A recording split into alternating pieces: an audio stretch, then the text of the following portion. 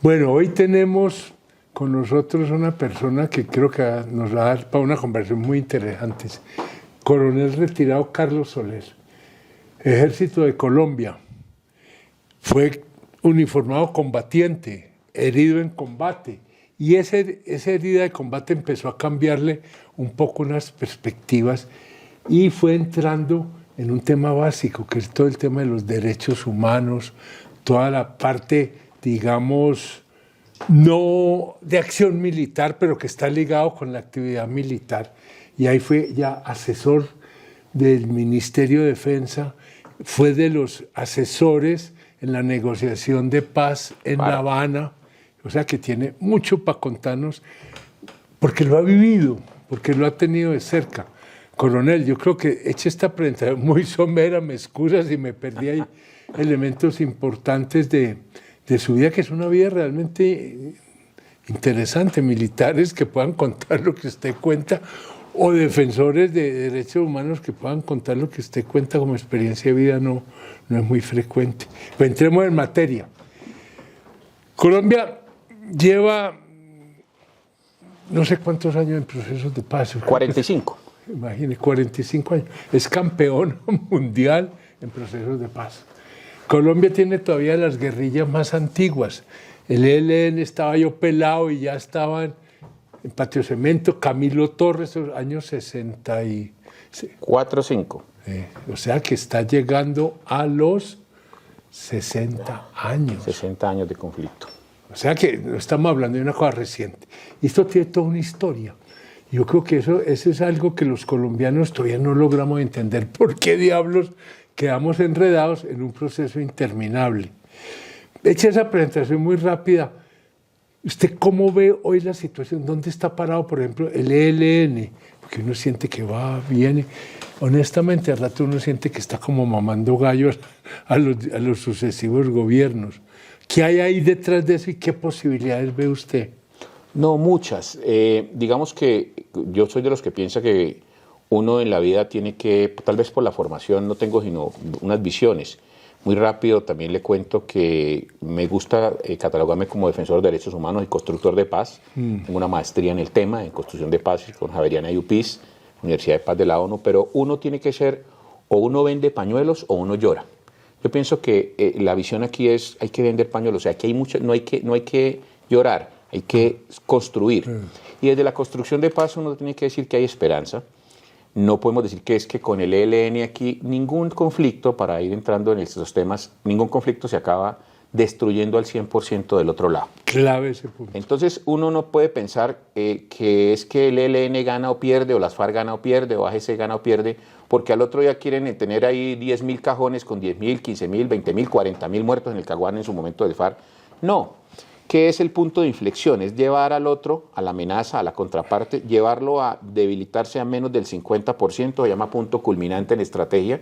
Cuando usted logra disminuir, o porque le capture, o porque la presión de las operaciones hace que se deserten y se huelen, se entreguen, todo esto a menos del 50%, lo que logra es que el otro busque negociar. Ya y allí se abre el abanico de la negociación sin humillar. Es que la negociación no requiere humillación. Yo creo que aquí todos podemos estar de acuerdo en que Colombia requiere unos cambios estructurales en su modelo económico. Eso no es nada. Colombia es uno de los países más desiguales del mundo en distribución de riqueza. Eso no me lo inventé yo, hay que peleen con la OCDE, los que no les guste. Pero hay que saber quién hace qué y cuándo hace qué. El ELN viene negociando con los últimos 6 gobiernos. Ojo con que hay no de 4, sino hay 2 de 2, el de Álvaro Uribe y el de Juan Manuel Santos.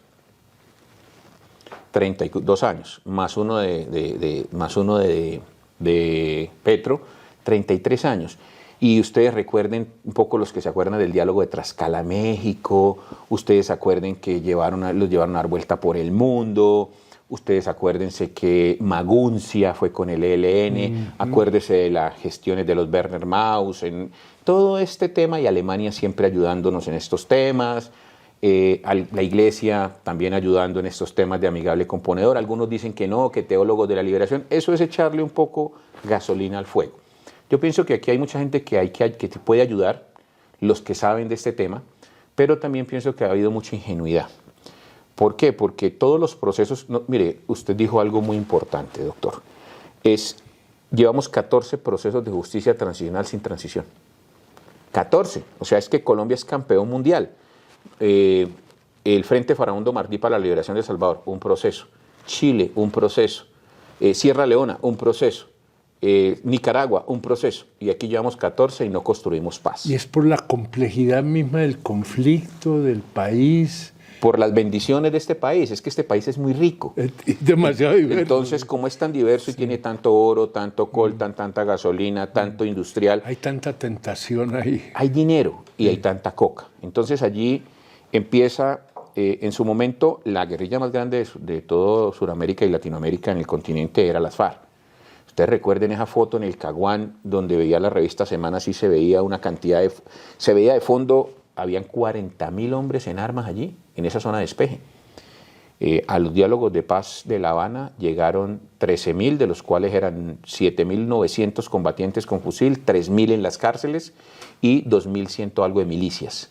Allí está toda la estructura, o sea, se desmembró quedó menos de un tercio de lo que tenían en el Caguán. Claro que tenían que negociar, se tocó el secretariado, se dio de baja Cano, se dio de baja al Negro Acacio, se dio de baja Raúl Reyes. El secretariado sintió que los estaban por fin apretando. Entonces, la fuerza militar hizo su trabajo, el alto comisionado hizo su trabajo, son dos roles diferentes, pero me parece que en esta negociación se están confundiendo los roles. Yo veía en su momento muy el alto comisionado Danilo entrando a cosas de defensa, y defensa un poco queriendo construir paz, tampoco se frenan las operaciones militares, se salen los decretos al cese al fuego. Yo hoy no sé si se hicieron mesas para evaluar el pro y los contras, pero frenar la embestida y la posibilidad del golpe militar los deja muy tranquilos, es decir, nada los preocupa. Y si llevan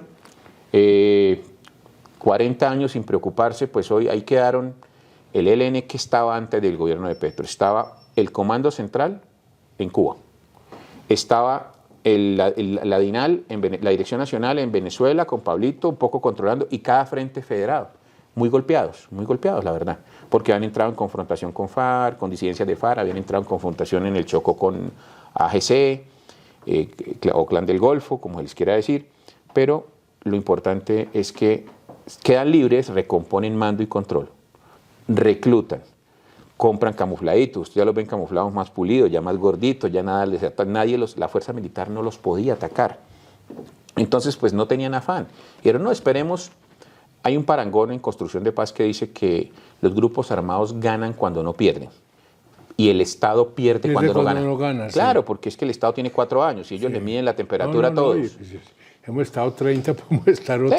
No tengo afán. No, es que fíjate, una cosa, Carlos, que hablábamos ahora y tú la acabas de poner de alguna manera, es que en los procesos anteriores se territorializaba, digamos, la política, ¿cierto? Entonces había unas zonas que se llamaban zonas de despeje, concentración, en fin, concentración de los grupos guerrilleros. Hoy en día, de alguna manera, es en todo el país, ¿sí? Colombia, entonces, por zona de distensión. Exacto. Entonces, la capacidad de moverse el ELN ahí es muy grande, y la imposibilidad de ejercer sobre ellos control y restricciones, pues se vuelve una simple quimera, ¿cierto? Es decir, este proceso favorece enormemente, por lo menos, a la permanencia del ELN en acción. Y a que entren a una confrontación, mire, uno sobrepone las áreas conflictuales en este momento. Arauca, sí. El Catatumbo, parte de un pedazo de Antioquia, hacia el Magdalena Medio. Sí, señor. Empieza a haber problemas hacia la Sierra Nevada, allí empieza a haber unos problemas delicados. El sur de Bolívar, donde el ELN ha sido fuerte. Entonces yo decía, los campamentos históricos del ELN están en la serranía de San Lucas, Mico Ahumado, sur de Bolívar, ahí este pedazo son los campamentos históricos del ELN. Entonces uno empieza a ver que AGC entra a confrontar allá con ellos. ¿Por qué? Porque AGC dice, bueno, entonces en Arauca, ¿quiénes pelean? El antiguo Frente Décimo de FARC con ELN, y empieza a haber un tema desde Marquetalia, la otra FARC, allí, y eso se le vuelve invivible a la gente en Arauca. Se vuelve invivible el Catatumbo por la misma dinámica, 3 actores o 4, y se vuelve invivible el Cauca, que es un polvorín en este momento. Hoy casi que hay más conflictos entre grupos de origen guerrillero que con el Estado que está está... Pero ¿qué es lo que hay allí? Si usted mira, son los grandes cultivos de coca. Para allá iba yo. ¿Y cuál es el nombre de la guerra? Es el negocio de la coca. Esa es la geografía que usted planteó, es la geografía del conflicto hoy y es la geografía de la coca. Y es un conflicto básicamente entre grupos de origen guerrillero, ¿cierto? Es un tema bastante delicado, grupos de origen guerrillero.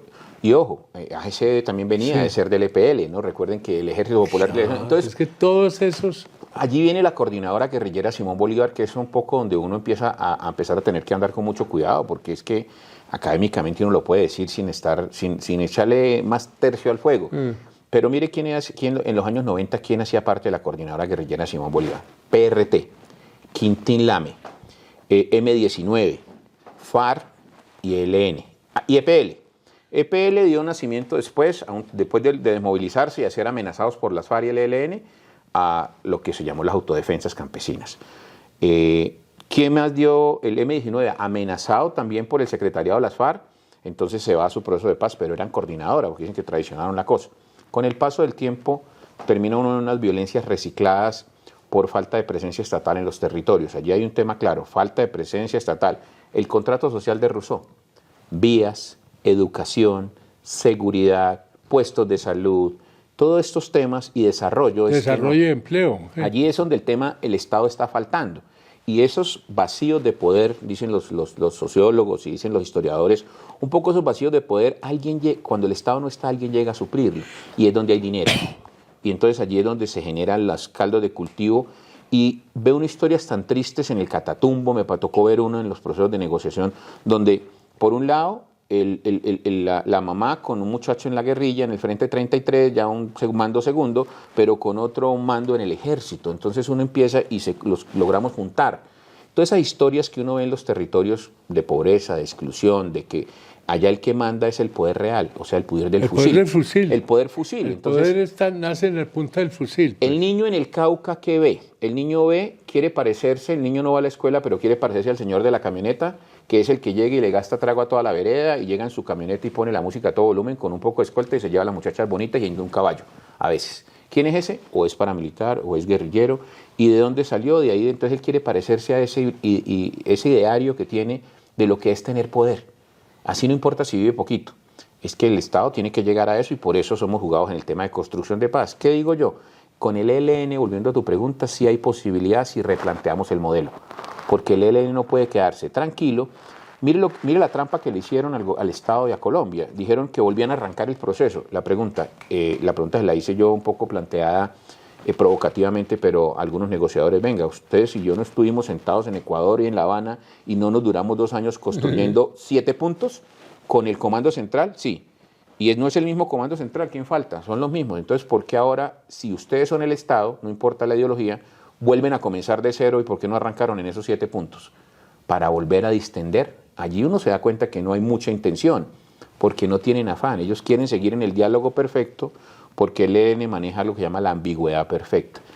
Sigue ahí hablando de diálogo, felices, tranquilos, haciendo sus negocios, manejando temas. Hay un ala ideológica, yo no la estoy desconociendo, para no ir a pelear con gente que yo conozco. Me dirá, no, pero usted por qué va a desconocer. No, ahí hay una ala ideológica que era la que manejaba. En los grupos guerrilleros, ¿cómo es el tema? El político por encima del militar, siempre. Pero las FARC le dieron la vuelta a eso. Por eso el mono Jojoy se quedó por encima de Alfonso Cano. Entonces, ¿por qué? Porque tenían mucho dinero y no obedecían a las dinámicas internacionales de necesitar plata de Rusia o de China, nada, ellos eran autosuficientes. Eran autosuficientes en Colombia. Y el ELN hizo lo mismo. Quedaron los ideólogos por debajo de Pablito, que realmente obedece a una dinámica mucho más económicamente narcotraficante. Y esto en buena medida surge por ese, ¿cómo decir?, ese encuentro creciente y definitivo entre lo que eran unos grupos guerrilleros de origen político con todas estas realidades de la economía ilegal, de la droga, del oro. El coltan, la gasolina. Entonces eso los fue desviando, digamos. Y hoy ya están en otro cuento. La guerra cuesta mucho dinero. La guerra es un Sí, desangradero. entonces ya pueden ser autosuficientes porque estamos autofinanciados. Entonces, quieran o no, el ELN va a requerir, los grupos armados ilegales van a requerir una financiación que solo se la voltean a mirar y la tiene el narcotráfico. Ahí está. Entonces dicen, no, es solo gramaje, yo solo cobro aquí por la pasadita. Pero empiezan a meterse los mandos medios y todo. Yo hace 2 años les dije que, por ahí en unas conversaciones reservadas, les dije, mire, tengan cuidado que el ELN ya no es ese grupo ideológico que algunas personas lo ven como teólogos de la liberación, como los del Cristo resucitado. No lo es. ¿Por qué? Porque por primera vez en la historia, el año 2022-23, generó más de 200 órdenes de captura por narcotráfico y solicitud de extradición para el ELN. Primera vez que el ELN, que siempre fue pristino, que siempre estuvo alejado del tema porque la orden era cero narcotráfico, se ve tan involucrado sus cabecillas en temas de narcotráfico. Eso golpea la legitimidad de cualquier cosa, claro, la que ellos quisieron conservar desde la ideología. Es decir, se les metió el narcotraficante en la cama. Pero entonces ahí viene otra pregunta. Nosotros aquí podemos llegar a acuerdos, negociaciones con estos grupos sobre una base. Ya va quedando la ficción de que la negociación tiene una base en un conflicto armado de tipo político, y ya es una negociación entre grupos armados porque están ligados a intereses económicos. Pero es que la dinámica de esos intereses económicos no la controlamos nosotros. Es decir, aquí podemos firmar todos que no vamos a seguir con los narcocultivos, ¿cierto? Pero olvídese, mientras que haya esa demanda, estoy diciendo una cosa que se sabe, mientras que haya esa demanda van a aparecer otros que dicen, listo, salgan que nosotros sí cogemos este riesgo. Y lo que acabamos de viviendo un reciclaje de los grupos, pero con la misma lógica demoníaca, económica y asesina. Aquí, pero mire lo interesante de todos estos estudios y todos estos análisis. Cuando uno conoce el terreno, como lo conocemos los soldados, es lo siguiente. El campesino, que es la base más baja, le da lo mismo sembrar cacao, sembrar yuca, sembrar maíz, sembrar plátano, que sembrar coca. ¿Por qué siembra coca? Porque allá llega el narco y le pone el billete y se la compra. Entonces allí el Estado tiene que entrar a competir con el desarrollo territorial. Carlos, ya estamos terminando, no el tema, acabó fue el tiempo. Y a mí sí me está rondando una pregunta a lo largo de toda esta conversación tan agradable que hemos tenido. Si hay alguna posibilidad de que finalmente se pueda llegar a unos acuerdos de paz con el ELN, porque es que es ya una historia muy larga y con resultados mínimos, por no decir que nulos. Lo que no podemos es seguir reciclando violencias y no podemos seguir abusando de la intención del gobierno nacional, de la necesidad de paz de los territorios y los campesinos y de las buenas formas y prácticas de los colaboradores, digamos, del gobierno de Alemania, de la Iglesia, porque se ha ido dilatando y dilatando y dilatando. Ya midieron al gobierno. 2 años midiéndolo. Yo tengo mucha fe en el proceso con el grupo del ELN que está allá alrededor de Pasto y Piales, porque en Nariño, porque ese grupo, el líder, el cabecilla, para que no se incomoden algunos, dice que sí, y yo lo veo que sí, y Oti Patiño dijo sí, y vi un decreto por ahí antier que van para adelante con ese diálogo regional. Esto nos da la fortaleza a que muchos se sumen a esa idea y que muchos vean que sí es posible una paz con el ELN. Ellos hablaron de desmovilización, de concentración. El tema de la entrega de los fusiles, al fin y al cabo, si quiere, déjelos al lado de un palo de guayabo y que venga la ONU y los recoja.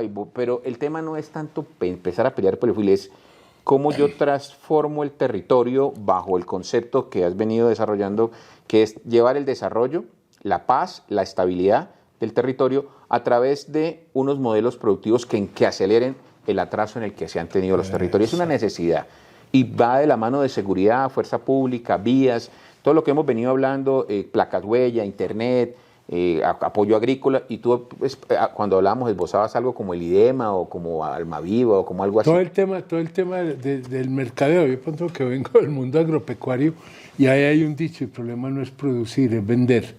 Entonces, el campesino produce, pero esas cosechas, si no hay toda una estrategia de comercialización, que lo hizo el IDEMA en su momento. Hagamos un IDEMA nuevo porque la necesidad persiste. Sí. Claro, el campesino es el más vulnerable allí. Claro. Y fíjate que las cosechas se pierden y una pérdida de cosechas para un campesino es el final de su suerte. Pero fíjate que ahí está saliendo, yo creo que es una cosa importante, porque uno a veces oye discursos que dicen, no, es que el problema es de la tierra, no, es que el problema es la comercialización, es el conjunto de acciones que tiene que desarrollar el Estado. Y es también el ejército, es la seguridad.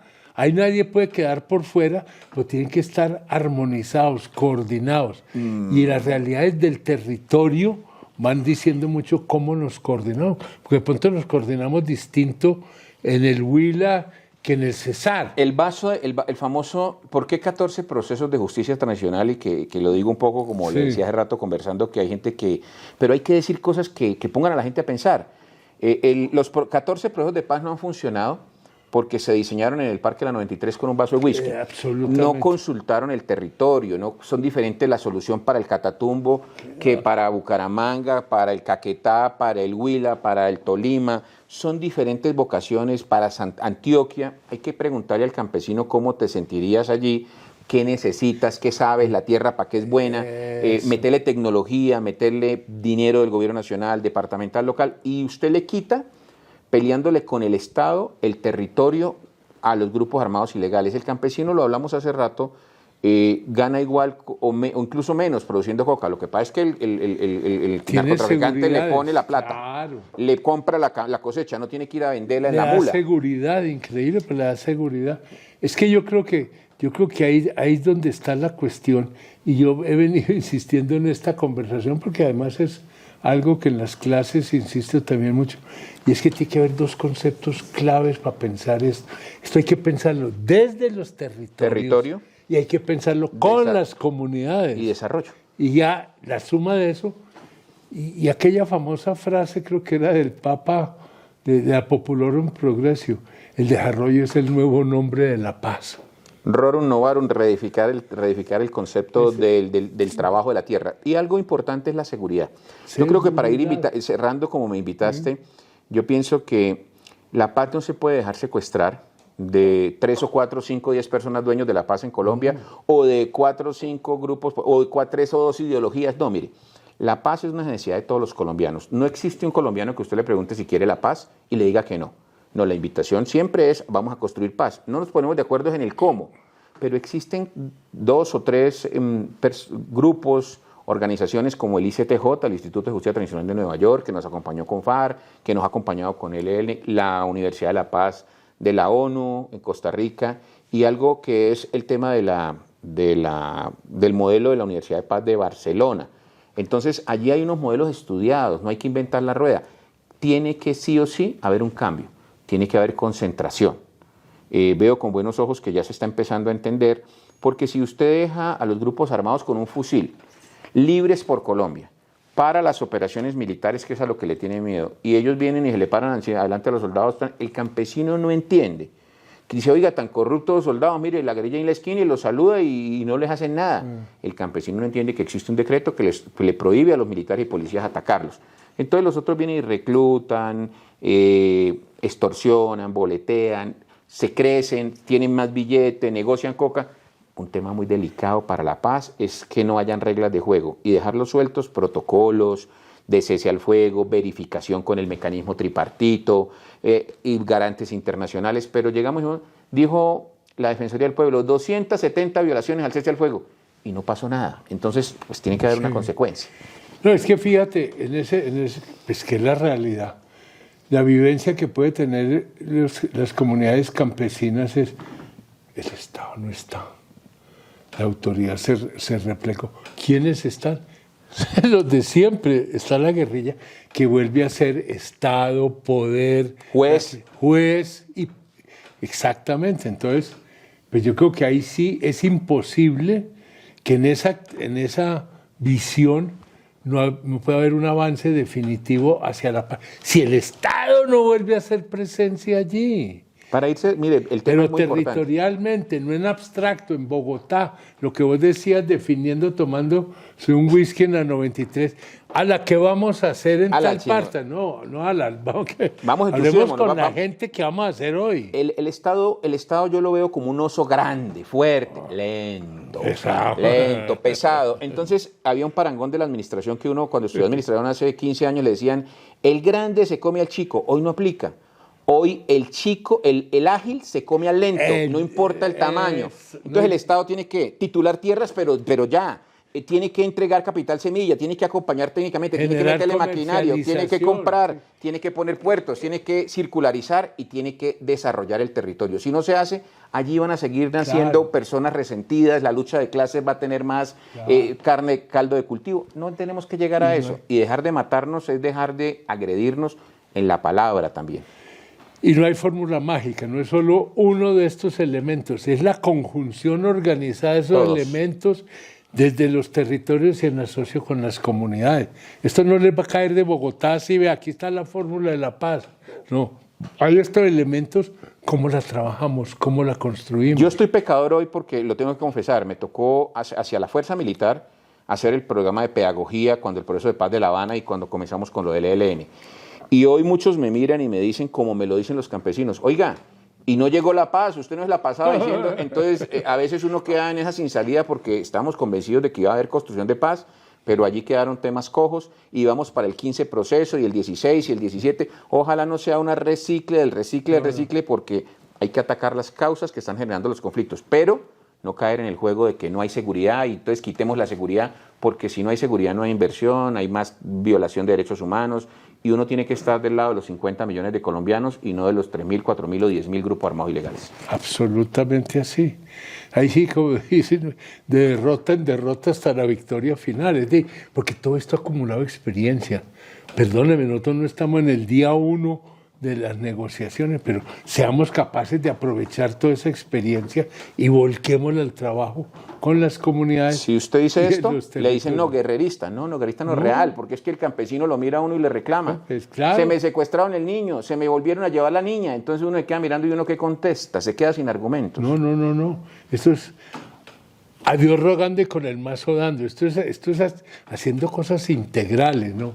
No sustrayéndose de la realidad, sino por el contrario, metiéndose de cabezas a esa realidad. En los territorios con las comunidades, perdone que yo friegue tanto con esos dos conceptos. No, y es Cauca, mire, Cauca, Nariño, Bajo Cauca, Urabá, Chocó, Arauca y norte de Santander, los 7 lugares priorizados hace 10 y 15 años por la fuerza militar, porque allí están peleando guerrillas, con otras guerrillas, con AGC y con el Estado. ¿Y qué están disputándose al final del día? Rutas de narcotráfico y grandes cultivos. Entonces el tema no es de ideología, el tema hay que ponerle cosas claras y hay que colocarlo en blanco y negro. Queremos la paz, sí, coloquemos las cosas encima de la mesa, sí, concentrémonos, metámosle grupos de gente a que apoye desde las regiones, pero no los que me quieran llevar A o B y caer en el juego. El Estado allí tiene que estar bien parado y muy fuerte. Aquí vamos a tener que seguir conversando, que este tema es amplísimo. Claro que sí. Me queda una gran duda, no para que la contestemos ahora. Esto lo podemos hacer y hacerlo bien hecho, pero mientras que esté ese maldito mercado, la demanda internacional, por estas producciones de coca, por el oro, por la gasolina, el coltan, la esmeralda. El coltan, todo eso. Eso hay que mirarlo ya en términos más amplios. Hay problemas de nuestra realidad de guerra y paz que escapan a nuestras fronteras nacionales de alguna manera. Eso no es disculpa para que no hagamos nada. Es más bien un llamado a que esto hay que integrarlo en una estrategia más amplia, porque si no, de pronto se nos vuelve a enredar todo por la dinámica misma de esas gigantescas demandas económicas. Trabajando no genera revolución, genera trabajo. Pero hay que llevar el trabajo y hay que dignificar el trabajo, hay que pagarlo justo y hay que comprar las cosechas lo que es y hay que acompañarlo para desarrollar el campo. Sí. Y tenemos que ser capaces a ese nivel de competir inclusive con las economías ilegales. No, y les ganamos. Hay que ganar. Donde es fuerza, desarrollo, convicción y comunidad. Perfecto. Vamos para adelante. Oiga, Coronel, muchas gracias, muchas No, gracias. a ustedes, muchas gracias por la invitación y realmente es importante convencer a Colombia que sí hay futuro, Hay futuro. que sí hay trabajo por hacer y que nos toca hacer la tarea. Y parte de hacer la tarea es no quedarnos callados cuando algo no nos gusta. Hay que impulsar el tema, pero con argumentos, no atacando ni agrediendo al otro. Y no estar buscando los responsables por otro lado. Y aquí todos somos, de alguna manera, Responsables. actores fundamentales, responsables. Esto no podemos evadir esta realidad. Bueno, vamos hasta la próxima y muchas gracias.